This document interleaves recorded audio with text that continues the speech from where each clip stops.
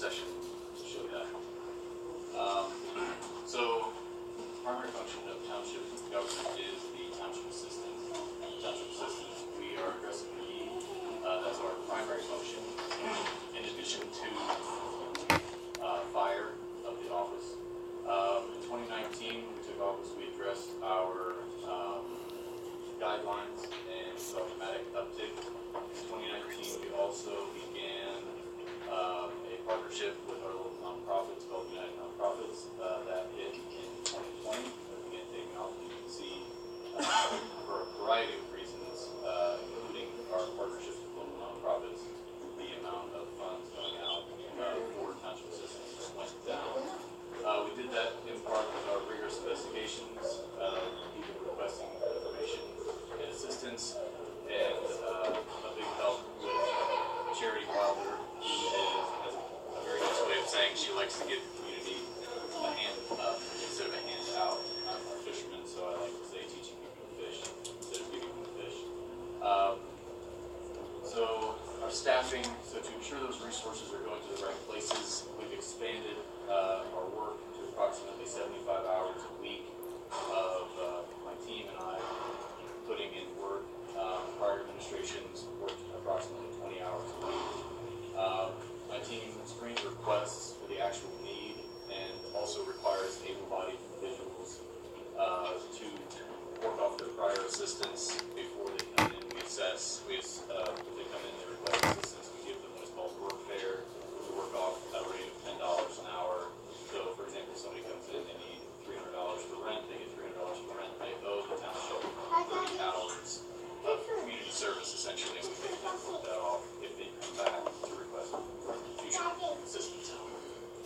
And we also require that they are looking for a job, especially in this day and age. There are so many jobs. So the following slides describe how we compare to our other townships in Gator County. Because there was so much federal aid and state aid in 2020, not all the way through 2021. I'm going to show you 2019's numbers and how we compared to the other townships and raw dollars spent per capita, and then also how much money we're spending on administering those dollars as compared to other townships. So in 2019, we gave out $75,000 of township assistance relief.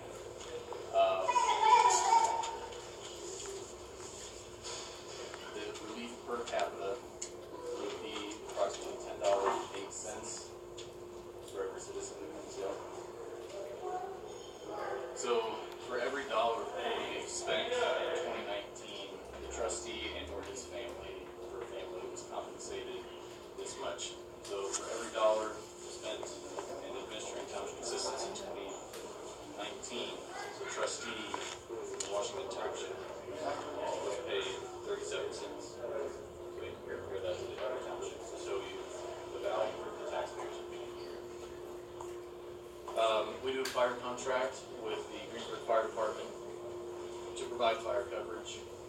We also provide equipment to use for the Greensburg Fire Department. In 2019, since 2019, we've replaced 3 vehicles. We replaced a tanker from 1985, an engine from 1997, and an engine from 2001.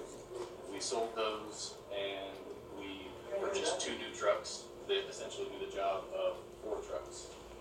Those 2 trucks are built to last and provide less protection to our firefighters and our residents here. Can you guys turn that up? We can't hear you. Nobody can hear. Okay. Can you hear me now out there? I don't know. Is this designed to go beyond this room? I think No, it's not. the speaker just needs to be closer. He just needs to be closer to the speaker. Okay. Bigger room? So financial decision making, we paid for the trucks. We had the option to pay for them with cash. We have the cash on hand currently to pay for those trucks, but the interest rates were so low that we decided to borrow to leverage the assessed value of our township to borrow and pay with credit while not raising taxes. This will allow us to free up cash flow to engage in additional projects on behalf of the township without raising taxes. The goal of this approach is to raise property values in Washington Township, which will improve the quality of life and the assessed value and lower your tax rate. Let's talk about Lake McCoy. Jim, I think you had a question you wanted to ask. Who's visited Lake McCoy? Oh, yeah. Yeah, I'm just curious. In the last year, how many folks have visited? How many, raise your hand if you've been to Lake McCoy? In the last year. In the last year. Good. Okay. Right now, the properties, I don't know if you remember, in 2019, we purchased 16 parcels from the county out at Lake McCoy. It seems that they have essentially forfeited their interest in enforcing their own zoning and code enforcement out there. I have spent 3 years of my current administration asking them to fix this blighted area, enforcing the existing rules that they have on the books. It has not been done. Right now, the properties at Lake McCoy are 42.5 acres of residentially zoned property. They are billed to generate for the county, not to the Conservancy District, for the county, roughly $18,000 a year in property tax. They have an assessed value currently of $1.2 million. They are given 50% obsolescence off the top of all of the property to begin with. That number should be closer to $36,000. Lake McCoy is an extremely expensive area for the county to protect. Every 2.2 days, Lake McCoy receives either a fire truck, an ambulance, a sheriff's car, or a police car. Because 2 people died in hospice. Sir, if there's going to be public comments, you're going to have to allow it to happen through public comment. That's it. Every 2.2 days, you'll have either a fire truck, an ambulance, a sheriff's deputy, or a police car that comes out to Lake McCoy to service under 75 people that live out there.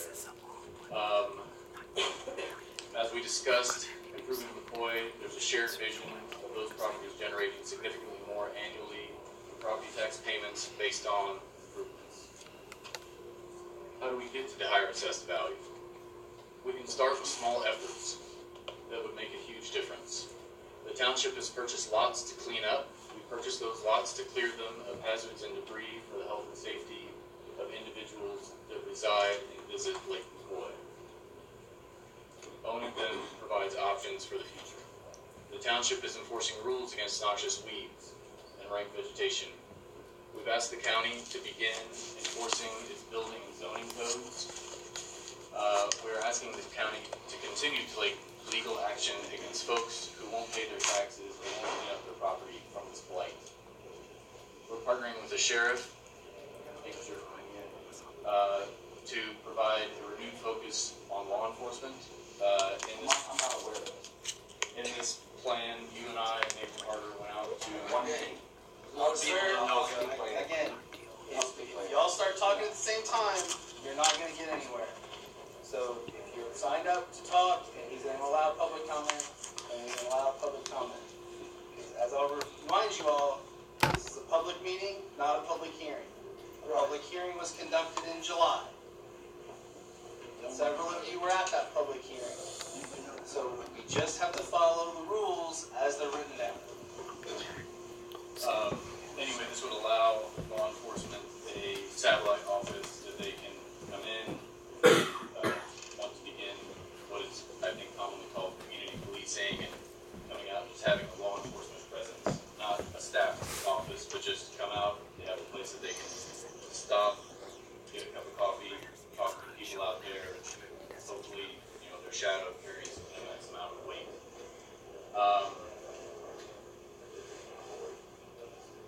We also want to study what other improvements are necessary, what might just be desirable, and how much they'll cost, and what the long-term benefits of those will be. So that's a start, but then what? There's a great deal of potential at Lake McCoy. There are 41 existing home sites with a water feature that's excluding the trailer park. Could be a lot more. It is already zoned residential. So, to put in perspective, 41 home sites for an average Washington Township should be worth more like $8.6 million of assessed value as opposed to 1.2. As I've said, this is a blighted area, and it is blighted from its decreased occupancies, dilapidated buildings, and increased crime rate. It's an access to 46, a location between Greensburg and Batesville, and Cincy. It used to be a gem in our community. Housing experts say the market desperately needs more rooftops. Lots of investment should have come from the private sector investors, not the government. I am very much behind that. This is like building shovel-ready sites for manufacturers, but it's more like building it for people instead of jobs. So we have a bond from McCoy. This is what that bond covers: an engineering study, an office, property demolition, and driveway repair. Thanks to what's already been done out there by the people at the Conservancy District, we probably won't need to do much of that driveway repair. So a permanent home, cemeteries, and our office. In 2019, we had an office. A landlord raised the rent and wanted to cut down on the size of the office, so we left. Very grateful for the courthouse for allowing us to use this office in the meantime. We were explicitly told at the time that it was temporary by the commissioners. This project in part addresses our need for consistency of location. In addition to our office, we'll be spending resources to improve the cemeteries in our care. Here we intend to straighten up headstones, put in a scatter garden for ashes of people who have been cremated, pave a parking area, and use technology to correctly identify which spots are taken, which are empty, and then preserve the record for the future. So this is what that bond would cover.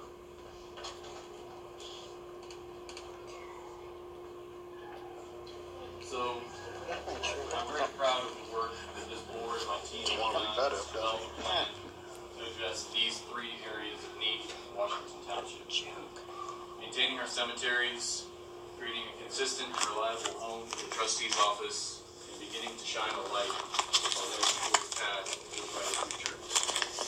We have done this right. We have published our meetings and our plans pursuant to the law in the same manner as any other body in this county, such as the county council, commissioners, or the city. We have built a plan that is fiscally responsible, it meets our needs, and it does not raise our taxes. I have Ben Rager, who can explain how that will work. We have held public hearings to give voice to the public. We've taken phone calls and read the Facebook posts that make local self-government so accountable. I think we even plan to open the floor for discussion today, even though the law doesn't require us to do so. We've done the process right. And if this board wants to, it can, in good conscience, pull the trigger and move forward today. Certainly, I remain convinced of the need and the direction this plan goes to address that need. However, I also don't see a need to rush. There are many right paths to getting these needs addressed, and I would welcome an opportunity for additional feedback from some of those people who've expressed concern. I'm open to sharing or adapting my vision with a broader coalition of interested partners. Many hands make light work. And I know that the evident need that I see can be met by people of goodwill pursuing after the best course of action. I would ask this board to either pass the proposal as presented in its entirety, or to consider an alternative with structure and deadlines. I would be happy to chair an ad hoc committee task force as a non-voting member, and I would ask for the following membership in this committee. I would ask that our board president, Jim Stewart, be part of this task force. I would ask the Commissioner, Chuck Emsweller, to be part of this task force. I would ask the County Council President, Danny Peters, to be part of this task force. Former Commissioner Rick Nobby to be part of this task force. Economic Development Corporation leader, Brian Robbins, to be a part. Tourism Director, Phil Dyward, Lake McCoy resident, Glenn Weeke, be a part of this. This group could meet frequently as possible to provide feedback and bring this forward to a resolution to adopt the current proposal or pursue another path by our December 7th meeting. I will make available to this group the township CPA, our bond attorney, and any other resources I can bring to bear to make this work fruitful. I believe that if the board wishes to pursue this option, all that would be required is to table the vote on the bonds indefinitely. As you open the floor for discussion, my team and I stand ready to answer questions and comments.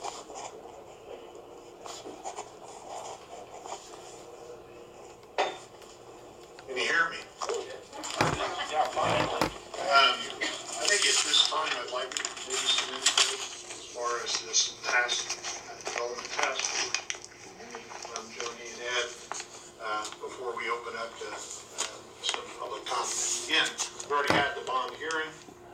We don't need to do it, but I think it's good for us to hear what the public says. I'm interested in your all thoughts on this task force. I love the idea of a task force. I think we have a lot of different ideas in this room. So I think that would buy a little bit of time for us all to work together on a plan that everyone's going to be a little more satisfied with. I think there's a lot of potential to work together through this. I agree.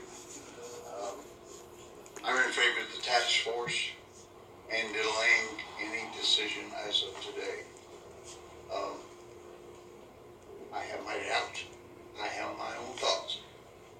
But I don't want to hear what everybody else thinks. Thank you.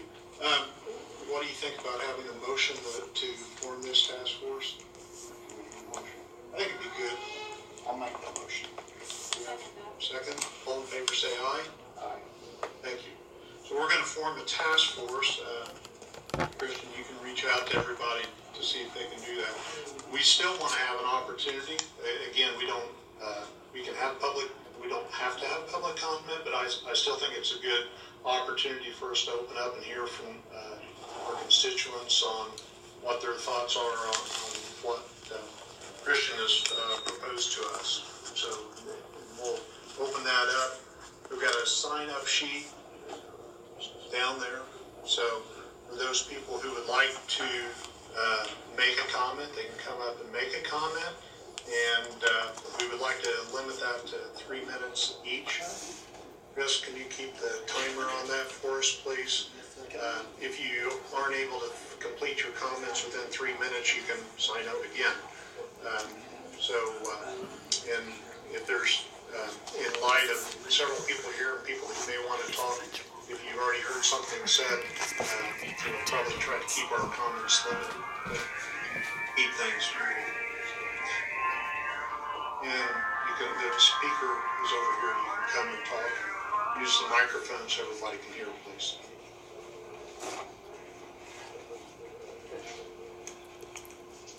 The first person signed up was Mark Myros. Mark Myros. Not at this time. Jeff Dugan. Dugan.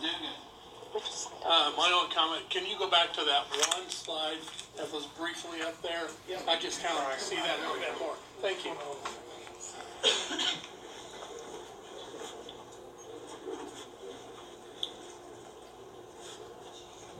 Is that all you need, sir? Yes, for right now. Okay. Jay Haddon. Not at this time, but probably. Diane Winning. Not at this time. Randy Hoey.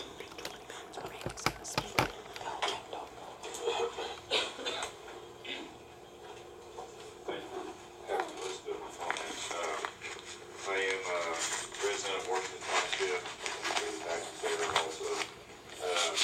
At this time, we'll turn to old business, discussion of the McCoy facilities project.